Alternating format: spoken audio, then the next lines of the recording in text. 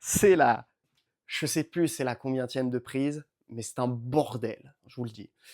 Salut à tous, c'est Garo, vous regardez Caro Kart. Aujourd'hui, on va parler d'une hypothèse que je me suis fait. Est-ce que, au final, pour les 30 ans, il n'y aura pas de crash?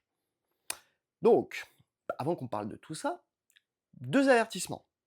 Premièrement, c'est une hypothèse. C'est une hypothèse. Ce n'est pas la vérité. OK? Je ne suis pas capable de prévoir le futur, c'est juste une hypothèse. Pas sûr que ça arrive. OK?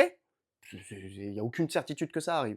C'est juste plein d'arguments que je me mets en face, je me fais un plan et je me dis: «Ah, s'il se passe ça, ça, ça, plus ça, peut-être qu'effectivement, il va se passer ça».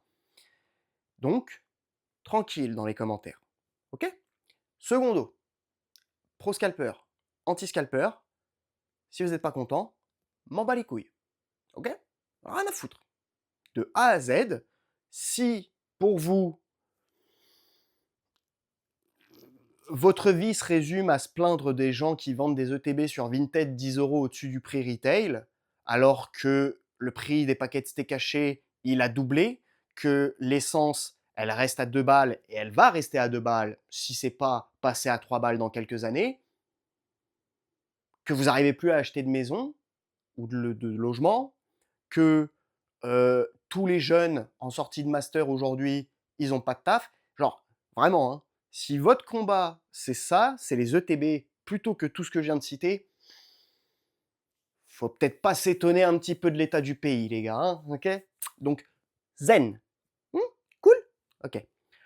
Bon, on va partir sur des domaines d'épargne. On va parler d'épargne aujourd'hui, ok? Parce que, majoritairement, il va pas y avoir 15 000 causes qui causeraient un crash Pokémon. Ça serait l'abandon des collectionneurs, l'abandon des scalpers et éventuellement d'autres trucs dont j'ai oublié sur le coup, ça me reviendra au fil de la vidéo. Donc voilà, il y a pas 36 000 personnes qui vont causer la chute de Pokémon à partir des 30 ans ou 3 à 6 mois après les 30 ans. Concrètement, pourquoi je me dis qu'il ne va pas y avoir de crash? Et pourquoi je parle d'épargne? Le français moyen, ok, Jean-Louis, Jean-Louis la brocante, jusqu'il y a peu, quand il avait besoin de mettre des thunes de côté, il ne le faisait pas forcément. Des fois, les gens, ils laissaient leurs thunes sur leur compte bancaire. Quand ils avaient un petit peu de jugeote, ils le mettaient sur un livret A. Ils le remplissaient assez vite. Du coup, ils passaient sur d'autres types de livrets, des assurances vie notamment, par exemple, des PEA, des PE, des conneries comme ça. Enfin bref, vous avez dans l'idée. Ils faisaient comme ça.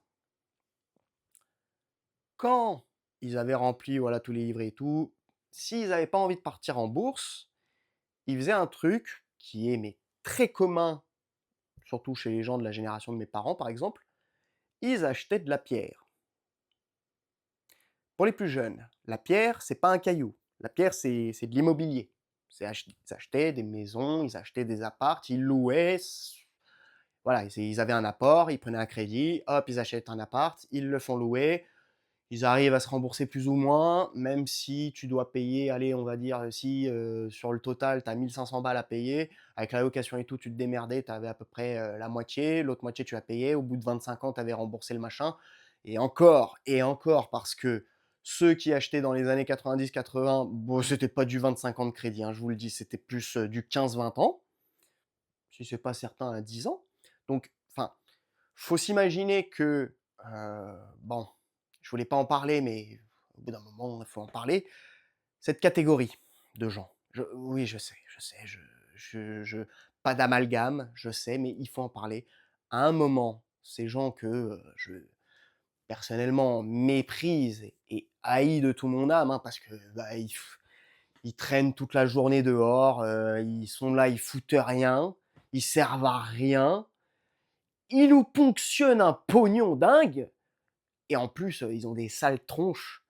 C'est ah, c'est je parle des retraités bien sûr. Et bah, eux, voilà quoi, ils ont bien cartonné le bordel, ils ont tous les actifs. Aujourd'hui, ils représentent un quart du budget de l'État. C'est vraiment top. Eux, ils ont tout niqué. C'est tout l'état du pays, c'est grâce à eux, donc on leur remercie. Eux, ils faisaient comme ça à peu près, OK? La seconde génération, on va dire les gens nés en 70, 80, 90, sont passés sur un autre truc. Pour la plupart, ils ont fait de la pierre, mais tu as un niveau au-dessus. Vu que, c'est la génération qui a commencé à grandir avec internet, Minitel, 56K, sur la commode ADSL de mes burnes, ils ont commencé à passer au next level. En plus de l'immobilier, ils ont commencé à partir sur la bourse, OK? La bourse, c'est sympa. La bourse, surtout en ce moment, c'est si tu as commencé à ouvrir un compte, épargne, boursier de mes burnes avec des titres et que tu as commencé à acheter dans les années 2000, même 2010, hein, si tu as acheté les bonnes actions, je pense aux mecs qui ont claqué des 100 000, 200 000 balles, toutes leurs économies sur un Nvidia juste, oh là là. Ils faisaient ça. Cette deuxième catégorie, ils faisaient ça. Ils faisaient de l'épargne boursier. La bourse, c'est sympa. Franchement, tu mets tes sous dans un compte épargne boursier, je sais, c'est PE, PEA et tutti quanti. Bah, tu fais ça pendant 20 ans, tu y touches pas, et puis au bout de 20 ans, bah, tu t'es fait, franchement, tu te mets bien, hein. Tu te mets très, très bien.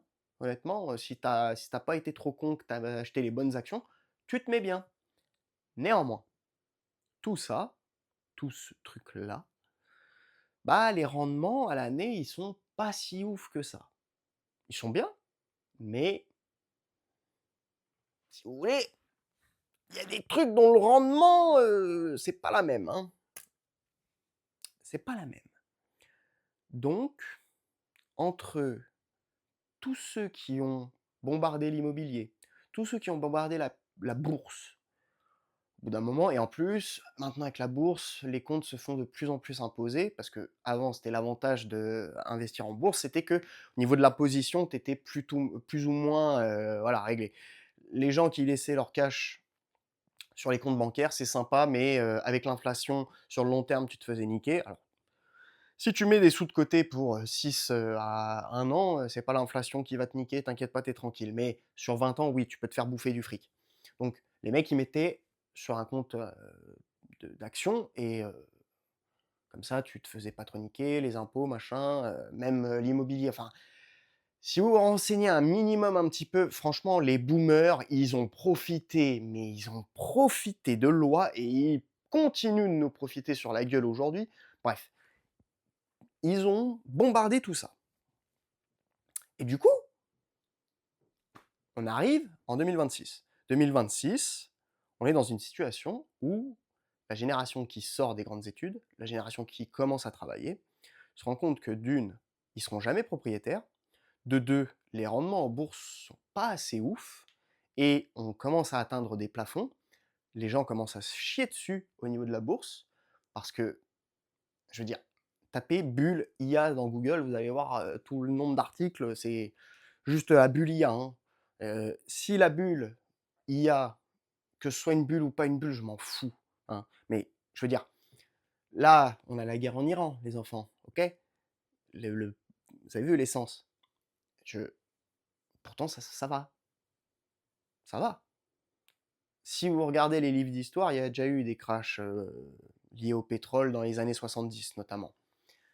C'est notamment de là, par exemple, pour l'anecdote, que les limitations de vitesse en France sont apparues. Et bah, à l'époque, c'était la merde. Mais c'était vraiment la merde. Aujourd'hui, techniquement, c'est encore plus la merde avec le détroit d'Ormuz et compagnie et Totti Quanti. Et on tient encore le coup. Pourquoi? Parce que c'est, voilà, l'économie de l'IA est tellement massive qu'elle arrive à carry tout le bordel qui se passe en Iran. Est-ce que ça va tenir? Je sais pas. Je me doute que ça va pas tenir, mais bon, on verra bien. On verra bien ce qui se passe. Donc, quand tu as l'immobilier qui est pas disponible, quand le marché boursier, ça arrivait à des points où on s'attend à ce qu'à tout moment ça pète, mais bizarrement ça pète pas depuis 2023, tu te dis ça va péter là. Pourquoi ça pète pas? Mais il y a la guerre en Iran là, il y a la guerre en machin, et on a plus de, il y a le président qui s'est fait enlever. Et il y a Trump avec ses potes, ils sont tous en train de tricher. Pourquoi ça pète pas? Je sais pas. On verra bien. Donc, quant à tout ça, tu as la jeune génération qui change. Tu pourrais te dire, au lieu de l'immobilier et de la bourse, on pourrait passer sur la crypto. Oui, sauf que la crypto, comme Pokémon, c'est spéculatif. C'est très volatile. Néanmoins, la grosse différence entre Pokémon et les cryptos, c'est que la carte, je l'ai. La carte Pokémon, elle est là. Le Fantominus, je le connais. Bon, c'est une carte de merde celle-ci, mais imaginons que c'est une SAR Fantominus méga évoluée. Je veux dire, la dernière évolution de Fantominus, notre cher Ectoplasma, méga évolué, SAR. Vous avez vu les prix? Vous avez vu le Black Label qui est parti de chez CCC? Pourquoi ça atteint des prix comme ça? Pourquoi les gens ont l'air d'avoir beaucoup plus de confiance en ce ectoplasma que en Jean-Michel Bitcoin, que en Jean-Michel Thalès de l'action qui part à 300 balles, que en le château de Chambord à 200 000 balles que tu as retapé pour 300 000 et que tu vas vendre 10 millions. Pourquoi ça marche mieux? Dégueulasse, pardon. Pour des raisons simples. Aujourd'hui, la génération qui a les moyens de se permettre d'acheter du Pokémon, c'est la génération qui a grandi avec Pokémon. Les OG, ceux qui sont venus avec la 1G, la première, ils ont 40 à 50 ans. 50 ans, t'étais peut-être un peu vieux, mais voilà, ils étaient là, enfin, ça y est, c'est installé. Tout le monde connaît. Tout le monde connaît. Il n'y a que les grands-parents aujourd'hui qui connaissent pas. Il n'y a que les gens de plus de 50 ans, oui, qui connaissent pas trop. Et encore, c'est pas tout le monde, hein. Je veux dire, il y a des darons, ils ont la trentaine, ils connaisseraient un Pokémon, je suis bien d'accord. Mais il y a cette confiance aujourd'hui qui est mise en place. Les gens connaissent, les gens savent, les gens ont vu, les gens, ils ont Google.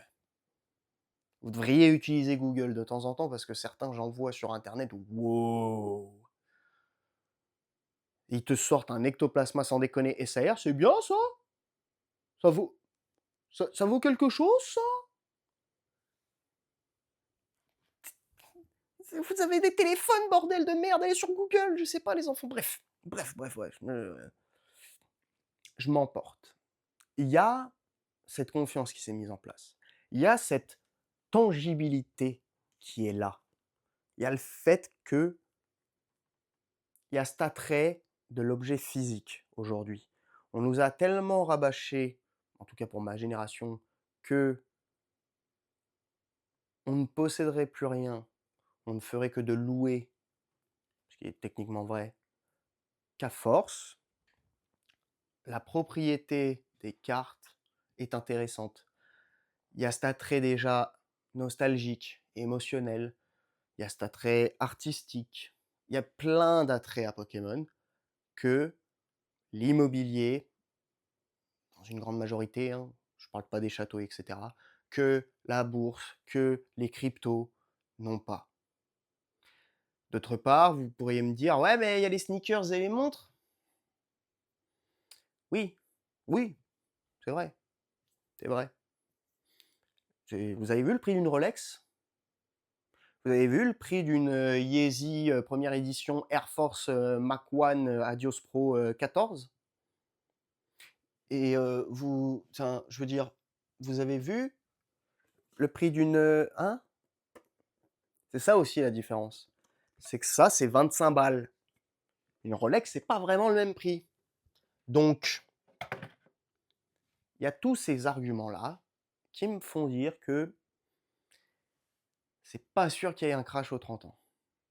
Ni même dans les 3 mois, ni même dans les 6 mois, ni même dans les 9 mois qui vont suivre.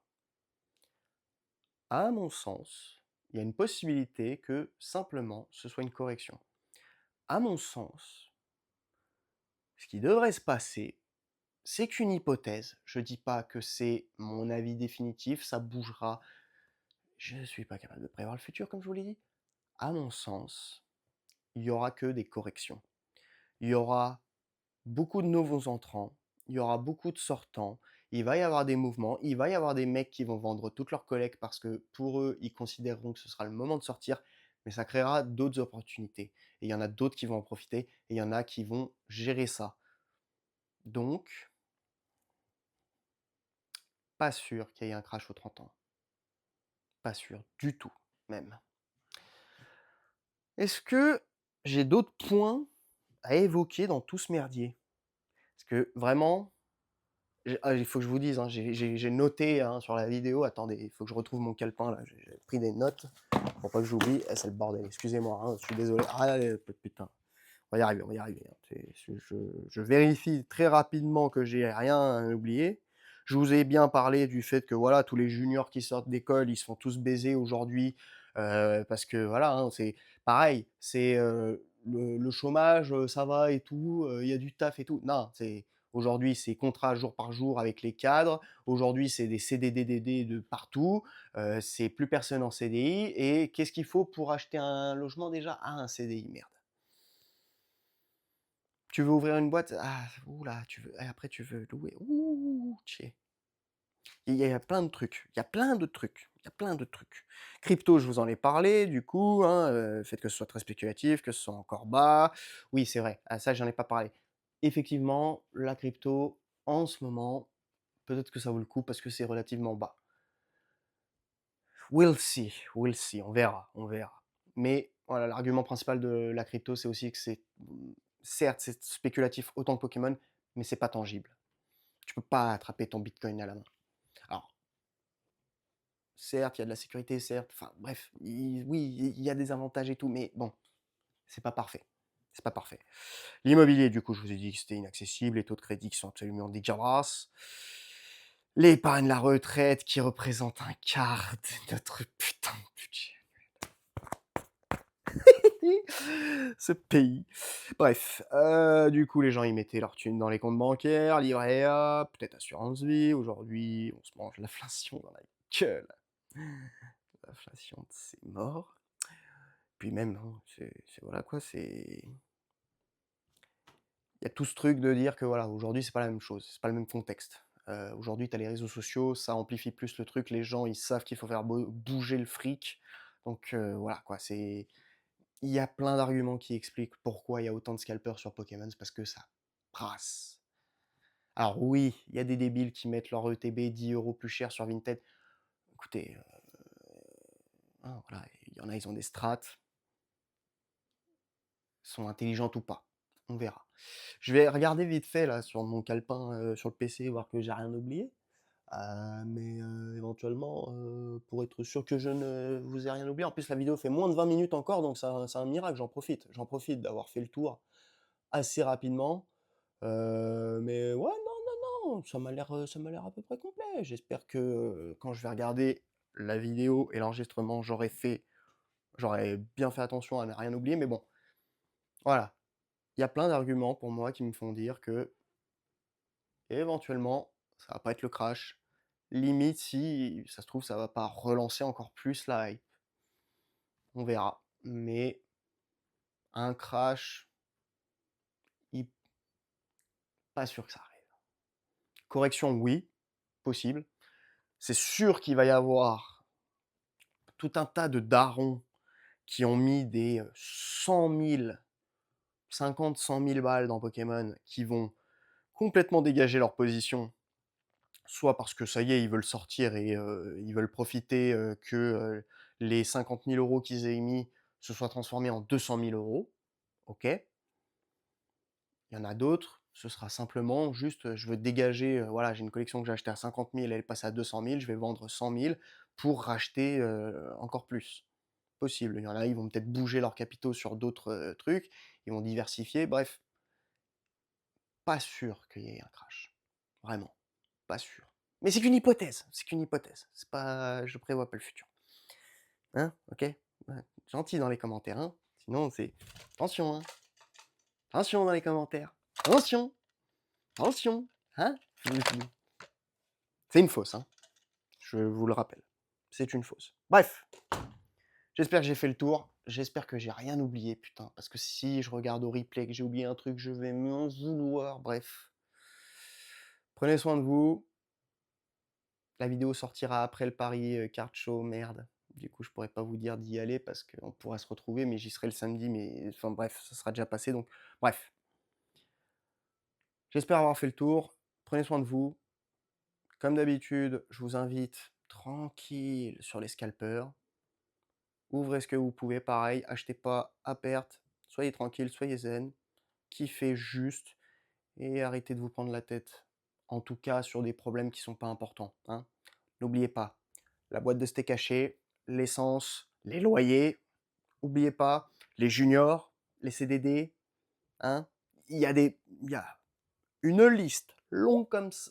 Oula, pardon, j'espère que j'ai pas fait un truc bizarre. Il y a une liste longue de trucs bien plus graves que des ETB à 70 balles sur Vinted. Ok? Allez, ciao.